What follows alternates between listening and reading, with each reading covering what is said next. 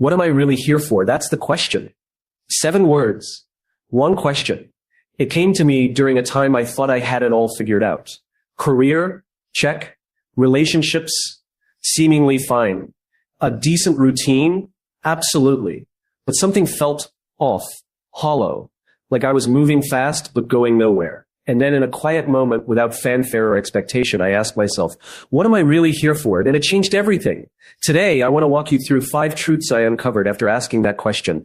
5 truths that might just change your life too. Success without meaning is the slowest form of failure. And the most dangerous part? It doesn't feel like failure, at least not at first. It disguises itself with applause, promotions, and paychecks. We're celebrated for achieving things that don't actually belong to us. And because of that, we keep going. We keep achieving, we keep chasing, but deep down something is off. There's a hum of unease we can't quite name, a discomfort we learn to ignore. That discomfort isn't laziness. It isn't entitlement. It's the voice of our own truth trying to be heard. We live in a world that teaches us to measure success in external terms. Titles, bank accounts, the size of our office, the number of followers we have. From the time we're young, we're fed a narrative about what it means to make it. And we believe that if we just hit all those benchmarks, we'll finally feel whole. We'll finally feel like we matter. But we don't. Not in the way we thought we would. Because we've built a life that looks good on paper but feels empty in our heart. I remember a moment that changed everything for me. I was sitting in a boardroom having just delivered a major presentation. I got the nods, the handshakes, the congratulations. I smiled, played the part, and walked back to my office. And then I closed the door, sat in my chair, and stared at the wall. The question hit me like a brick. Is this it? I had done everything right.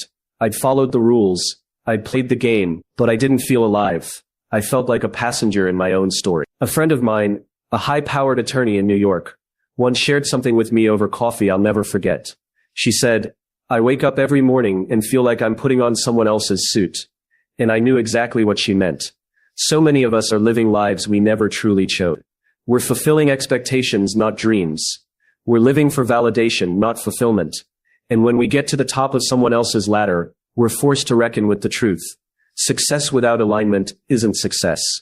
It's abandonment of ourselves. So we ask the question, what am I really here for? Not because it's trendy, not because it's a line from a self-help book, but because it's survival. It's the first real breath we've taken in years. It's the moment we stop performing and start becoming. That question demands courage. It demands that we strip away the layers we've accumulated. Layers of approval, of pressure, of comparison. It's not easy, because it means we have to face ourselves. We have to admit that maybe the version of success we've been chasing isn't ours. Maybe it never was. When we begin to define success on our own terms, we don't just change our lives, we reclaim them. We begin to listen to the voice we've buried under years of noise. We begin to notice what lights us up, what gives us energy instead of draining it. And suddenly, the ladder we were climbing becomes irrelevant. Because we're no longer climbing, we're growing. There's a difference. Climbing is competitive. Growth is expensive. Climbing is about getting ahead. Growth is about getting real. We start to realize that real success is quiet. It doesn't need to be announced or flaunted.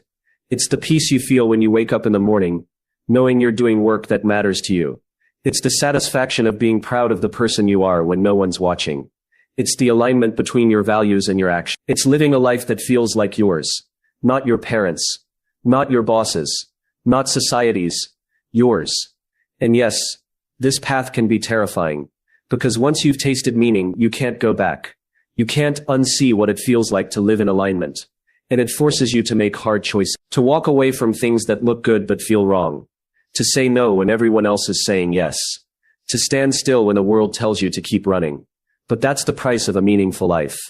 And it's worth every moment of uncertainty, because meaning is the only fuel that lasts. It's the only thing that can carry us through the dark, through the doubt, through the days that feel impossible. We spend so much of our lives trying to fit in, to be accepted, to not rock the boat. But the truth is, we weren't made to fit someone else's mold. We were made to leave an imprint. Only we can leave. When we stop chasing someone else's dream, we finally make room for our own. And that dream, it doesn't have to be massive or flashy. It just has to be true. Because when you find your truth, it radiates. It affects everything: your work, your relationships, your presence. People can feel it. They may not be able to name it, but they know there's something different about you. You're not performing. You're not pretending. You're not climbing. And in that becoming, we give others permission to do the same. We become a mirror that reflects back what's possible. When someone dares to live with intention, that's the kind of success that changes lives. That's the kind of success that ripples outward and creates a legacy, not of wealth or recognition, but of impact, of heart, of meaning. So if you're feeling restless, don't numb it. Don't silence it. Listen to it. It's not weakness. It's wisdom. It's the first sign that you're ready for something more. And not more in the way the world defines it, but more in the way that actually matters. More authenticity, more purpose, more connection, more joy. The kind that doesn't need a paycheck to validate it. The kind that can't be measured in likes or followers. The kind that fills you up, even when things are hard. Especially when things are hard. Success without meaning is the slowest form of failure. Not because it's painful, but because it's seductive. It lures you into believing you've arrived, when in truth you've only drifted. It's not the crash that breaks us. It's the slow erosion of self that happens when we're not paying attention. So pay attention. Pay attention to what moves you. Pay attention to what feels. Pay attention to the version of you that's been trying to speak up. That version, the one that's been whispering beneath the noise, is the one you were always meant to be. The world doesn't need more people chasing success.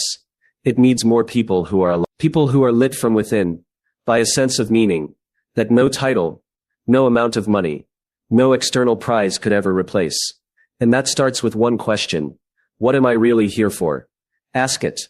Then live like your life depends on the answer. Because it does. Let me take you back to the story of Maria. She wasn't a doctor. She didn't wear a lab coat. And she didn't hold a degree in medicine. She was a janitor at a children's hospital in Chicago. But if you heard her talk about her work, you'd swear she was the head of pediatric surgery. My job is to make sure every child who comes here feels safe, she said once. I keep the floors clean, so they don't slip. I smile so they don't feel alone. That's not just a job description. That's a mission. That's a calling. And it had nothing to do with status. It had everything to do with purpose. We've been conditioned to chase titles, to believe that worth is measured in corner offices, in nameplates on doors, in how many people stand when we walk into a room. But those things are hollow when they aren't anchored in meaning. We've all seen leaders with high status, but no sense of service. And we've all met people like Maria, people whose names the world may never know, but whose impact ripples through every life they touch. You see, purpose isn't something we earn when we get promoted. It's not something bestowed upon us by an organization or printed on a business card. Purpose is something it's found in the small moments when we decide that someone else's comfort, safety, or happiness is more important than our own recognition. It's in that subtle shift from what do I get to what can I give. The world doesn't need more people chasing power. It needs more people willing to serve, to walk into rooms and ask, how can I help? Rather than how do I look? Maria didn't need applause to feel fulfilled. She didn't need praise to know she mattered. Her fulfillment came from knowing she was contributing to something bigger than herself. That every mop of the floor was a gesture of care. That every smile offered was a lifeline to a frightened child. True leadership doesn't scream. It listens. It lifts. It bends low so others can stand tall. And often it goes unnoticed until you realize that the entire foundation of your organization, your community, your world was being held up by people like Maria all along. The truth is, fulfillment isn't found in the spotlight. It's found behind the scenes, in quiet corners, in the consistent choice to show up for others. The moment we let go of the need to be important, we become truly significant. The moment we stop striving to be seen, we begin to see more clearly what really matters. So if you're wondering where your purpose lies, stop looking up the ladder. Start looking around.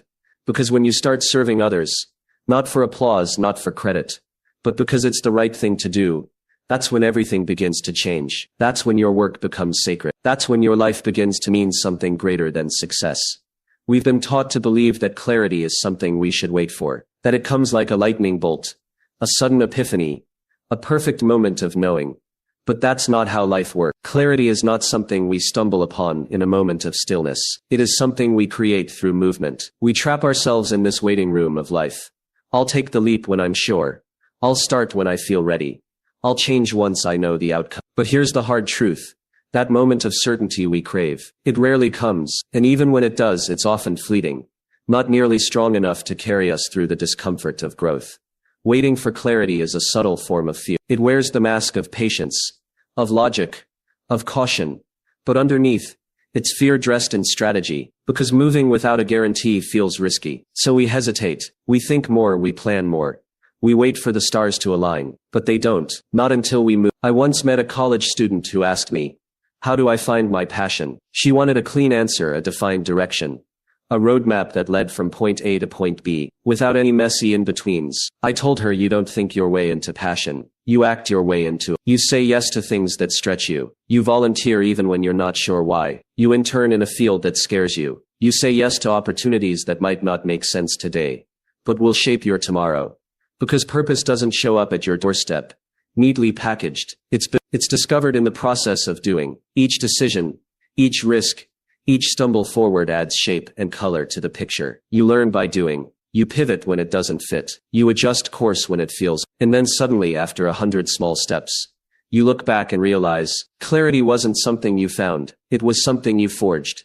The truth is, most of us are searching for permission. Permission to act. Permission to lead. We want someone to tell us we're on the right path before we take the first step. But no one can do that. The only way to discover your path is to walk it. Try, learn, fall, get back up, do it again. There's no shortcut. There's no substitute for experience. The clarity you crave will not come in the thinking. It will only come in the doing. The most powerful people aren't those who had it all figured out. They're the ones who moved forward anyway, who were brave enough to act without a full picture, who trusted that clarity would meet them on the journey. So stop waiting. Life isn't happening later. It's happening now, and clarity, it's waiting for you on the other side of action. Pain is a powerful compass. It doesn't just wound, it directs. And yet we rarely allow ourselves to see it that way. We're conditioned to numb it, bury it, pretend it never existed. But what if the very thing you're trying to run from is the thing that could lead you to exactly where you were meant to be? We ask ourselves, what's my purpose? Like it's supposed to arrive in a tidy little package, fully formed and clear. But the truth is, it often comes wrapped in heartbreak, in grief, in moments when the ground gives way beneath us, and we're left gasping for something, anything to hold on to. That's not failure. That's the starting point. I once met a man who had every reason to turn away from the world. He lost his brother to opioids. And with that loss came a silence so loud it filled every room he walked into. But instead of retreating, he leaned. That pain, the kind that doesn't go away, became his compass. He didn't build a nonprofit to escape the past.